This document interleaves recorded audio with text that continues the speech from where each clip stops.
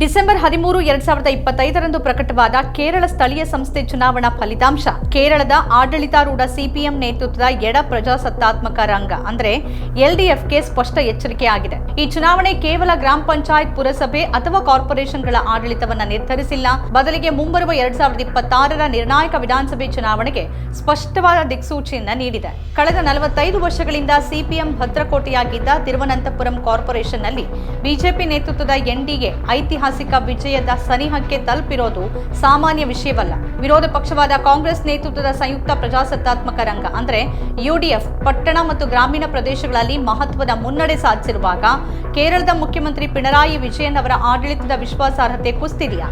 ಆಡಳಿತ ವಿರೋಧಿ ಅಲೆ ಮತ್ತು ಸಂಘ ಪರಿವಾರದ ಹೆಚ್ಚುತ್ತಿರುವ ಪ್ರಭಾವದ ನಡುವೆ ಈ ಫಲಿತಾಂಶಗಳು ಕೇರಳದ ರಾಜಕೀಯದ ಆಳವಾದ ಬದಲಾವಣೆಯನ್ನು ಸೂಚಿಸುತ್ತೆ. ವಿರೋಧ ಪಕ್ಷವಾದ ಯುಡಿಎಫ್ ಆಡಳಿತಾರೂಢ ಎಲ್ಡಿಎಫ್ಗಿಂತ ಸ್ಪಷ್ಟ ಮುನ್ನಡೆಯನ್ನ ಸಾಧಿಸಿರೋದು ಪ್ರಮುಖ ರಾಜಕೀಯ ಬೆಳವಣಿಗೆಯಾಗಿದೆ.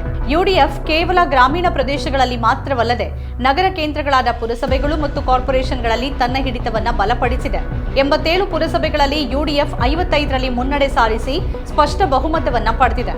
6 ಕಾರ್ಪೊರೇಷನ್ಗಳ ಪೈಕಿ 4ರಲ್ಲಿ ಯುಡಿಎಫ್ ಮುನ್ನಡೆ ಸಾಧಿಸಿರೋದು ಕೊಲ್ಲಂ, ಕೊಚ್ಚಿ ಮತ್ತು ತ್ರಿಶೂರ್ನಂತಹ ನಗರ ಸಂಸ್ಥೆಗಳನ್ನ ಎಲ್ಡಿಎಫ್ನಿಂದ ವಶಪಡಿಸಿಕೊಂಡಿರೋದು ನಗರ ಮತದಾರರು ಎಲ್ಡಿಎಫ್ನಿಂದ ವಿಮುಖರಾಗಿದ್ದಾರೆ ಅನ್ನೋದನ್ನ ಬಲವಾಗಿ ಸೂಚಿಸುತ್ತೆ.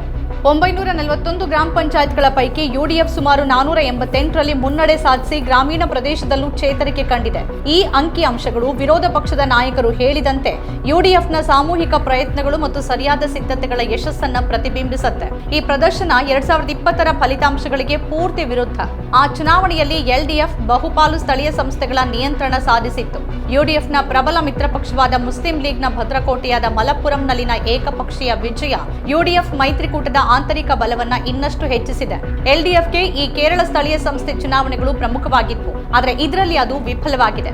ಕಳೆದ ಬಾರಿ 5 ಕಾರ್ಪೊರೇಷನ್ಗಳನ್ನು ಗೆದ್ದಿದ್ದ ಎಲ್ಡಿಎಫ್ ಈ ಬಾರಿ ಕೇವಲ ಕೋಝಿಕೋಡ್ ಕಾರ್ಪೊರೇಷನ್ನಲ್ಲಿ ಮಾತ್ರ ಕಠಿಣ ಪೈಪೋಟಿ ಎದುರಿಸಿ ಮುಂದಿದೆ. ಕೊಲ್ಲಂ ಮತ್ತು ತ್ರಿಶೂರ್ನ ನಷ್ಟ ಅದರ ಸಾಂಪ್ರದಾಯಿಕ ಮತಬ್ಯಾಂಕ್ ಕುಸಿತಿದೆ ಅನ್ನೋದನ್ನ ಸೂಚಿಸುತ್ತೆ. ಎಲ್ಡಿಎಫ್ ಕೇವಲ 29 ಪುರಸಭೆಗಳು ಮತ್ತು ಸುಮಾರು 358 ಗ್ರಾಮ ಪಂಚಾಯತ್ಗಳಲ್ಲಿ ಮುನ್ನಡೆ ಕಾಯ್ದುಕೊಳ್ಳೋಕೆ ಹೆಣಗಾಡಿದೆ. ಮುಖ್ಯಮಂತ್ರಿ ಪಿಣರಾಯಿ ವಿಜಯನ್ ಅವರ ನಾಯಕತ್ವದಲ್ಲಿನ ಎಲ್ಡಿಎಫ್ ಸರ್ಕಾರ ಆಡಳಿತ ವಿರೋಧಿ ಅಲೆಯನ್ನು ಎದುರಿಸುತ್ತಿದೆ ಅನ್ನೋದಕ್ಕೆ ಇದು ಬಲವಾದ ಸಾಕ್ಷಿಯಾಗಿದೆ. ಈ ಕೇರಳ ಸ್ಥಳೀಯ ಸಂಸ್ಥೆ ಚುನಾವಣಾ ಫಲಿತಾಂಶಗಳ ಅತ್ಯಂತ ನಾಟಕೀಯ ಅಂಶ ಅಂದ್ರೆ ಬಿಜೆಪಿ ನೇತೃತ್ವದ ಎನ್ಡಿಎ ಐತಿಹಾಸಿಕ ಪ್ರದರ್ಶನ. ಅದರಲ್ಲೂ ಕಳೆದ 45 ವರ್ಷಗಳಿಂದ ಸಿಪಿಎಂ ಭದ್ರಕೋಟೆಯಾಗಿದ್ದ ತಿರುವನಂತಪುರಂ ಕಾರ್ಪೊರೇಷನ್ನಲ್ಲಿ ಎನ್ಡಿಎ ಬಹುಮತದ ಅಂಚಿನಲ್ಲಿದೆ ಮತ್ತು ಅತಿದೊಡ್ಡ ಪಕ್ಷವಾಗಿ ಹೊರಹೊಮ್ಮಿದೆ. ಇದು ಕೇರಳದಲ್ಲಿ ಬಿಜೆಪಿ ತನ್ನ ಪಾಲಿನ ರಾಜಕೀಯ ಇತಿಹಾಸವನ್ನು ಸೃಷ್ಟಿ ಮಾಡಿದೆ ಅನ್ನೋದನ್ನ ತೋರಿಸುತ್ತೆ.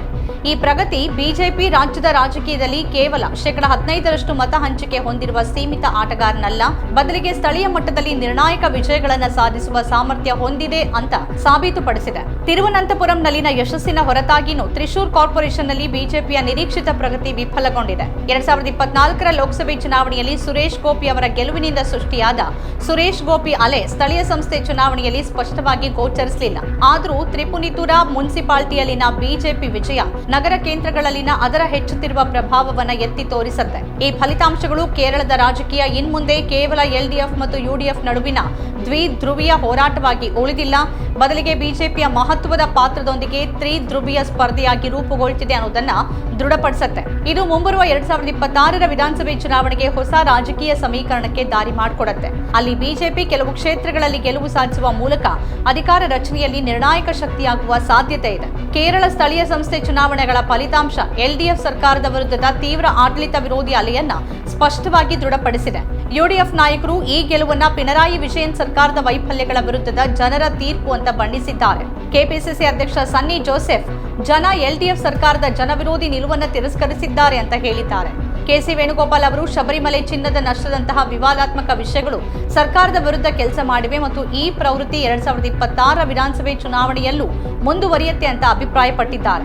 ಆಡಳಿತಾರೂಢ ಸಿಪಿಎಂ ಶಾಸಕ ಎಂಎಂ ಮಣಿ ಕಲ್ಯಾಣ ಯೋಜನೆಗಳನ್ನು ಪಡೆದ ನಂತರವೂ ಜನ ನಮ್ಮ ವಿರುದ್ಧ ಮತ ಚಲಾಯಿಸಿದ್ದಾರೆ, ಇದು ಕೃತಜ್ಞತೆ ಇಲ್ಲದ ವರ್ತನೆ ಅನ್ನೋದು ಎಲ್ಡಿಎಫ್ನ ಆಂತರಿಕ ಆಘಾತ ಮತ್ತು ತಳಮಟ್ಟದ ವಾಸ್ತವದ ಅರಿವಿನ ಕೊರತೆಯನ್ನ ತೋರಿಸುತ್ತೆ. ಕಲ್ಯಾಣ ಯೋಜನೆಗಳು ಗೆಲುವನ್ನ ಖಾತ್ರಿಪಡಿಸೋದಿಲ್ಲ, ಆದರೆ ಆರ್ಥಿಕ ಸಮಸ್ಯೆಗಳು, ನಿರುದ್ಯೋಗ, ಭ್ರಷ್ಟಾಚಾರದ ಆರೋಪಗಳು ಮತ್ತು ಆಡಳಿತ ಶೈಲಿಯ ಕುರಿತಾದ ಅಸಮಾಧಾನ ಮತದಾರರನ್ನ ದೂರ ಮಾಡಿದೆ ಅನ್ನೋದನ್ನ ಎಲ್ಡಿಎಫ್ ಅರ್ಥ ಮಾಡಿಕೊಳ್ಳುವಲ್ಲಿ ವಿಫಲವಾಗಿದೆ ಎಂದಿದ್ದಾರೆ.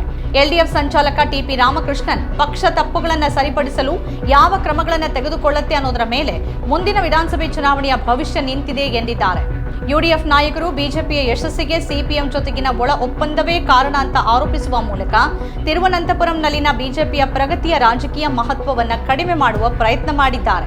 ಈ ಆರೋಪ ಕೇರಳದ ರಾಜಕೀಯ ಇನ್ಮುಂದೆ ಕೇವಲ ನೀತಿಗಳು ಮತ್ತು ಯೋಜನೆಗಳ ಬಗ್ಗೆ ಮಾತ್ರವಲ್ಲ, ಬದಲಿಗೆ ಮತಗಳನ್ನು ಉಳಿಸಿಕೊಳ್ಳಲು ಮತ್ತು ಎದುರಾಳಿಗಳನ್ನು ದುರ್ಬಲಗೊಳಿಸಲು ನಡೆಯುವ ಸೂಕ್ಷ್ಮ ತಂತ್ರಗಳ ಬಗ್ಗೆನೂ ಇರುತ್ತೆ ಅನ್ನೋದನ್ನ ಸೂಚಿಸುತ್ತೆ. ನಮ್ಮ ಕಾರ್ಯಕ್ರಮಗಳನ್ನು ನೀವು ನೋಡ್ತಾ ಇದ್ರೆ ನಮ್ಮ ಚಾನೆಲ್ ಅನ್ನ ಸಬ್ಸ್ಕ್ರೈಬ್ ಮಾಡಿ, ಪಕ್ಕದ ಬೆಲ್ ಐಕಾನ್ ಒತ್ತಿ ನಮ್ಮನ್ನ ಬೆಂಬಲಿಸಿ. ಹಾಗೆ ನಮ್ಮ ಕಾರ್ಯಕ್ರಮಗಳನ್ನ ಲೈಕ್ ಮಾಡಿ, ಕಮೆಂಟ್ ಮಾಡಿ, ಅದನ್ನ ಬೇರೆಯವರಿಗೂ ವಾಟ್ಸ್ಆಪ್ ಮೂಲಕ ಶೇರ್ ಮಾಡಿ. ನೀವು ಹೀಗೆ ಮಾಡಿದಾಗ ನಮ್ಮ ಚಾನೆಲ್ ಮತ್ತಷ್ಟು ಜನರಿಗೆ ತಲುಪಲು ನೀವು ನಮ್ಮೊಂದಿಗೆ ಸಹಕರಿಸಿದ ಹಾಗಾಗುತ್ತೆ. ಇದು ನೀವು ಯಾವುದೇ ಖರ್ಚಿಲ್ಲದೆ ಕೆಲವೇ ಸೆಕೆಂಡುಗಳಲ್ಲಿ ನೀಡಬಹುದಾದ ಸಹಕಾರ. ಧನ್ಯವಾದಗಳು.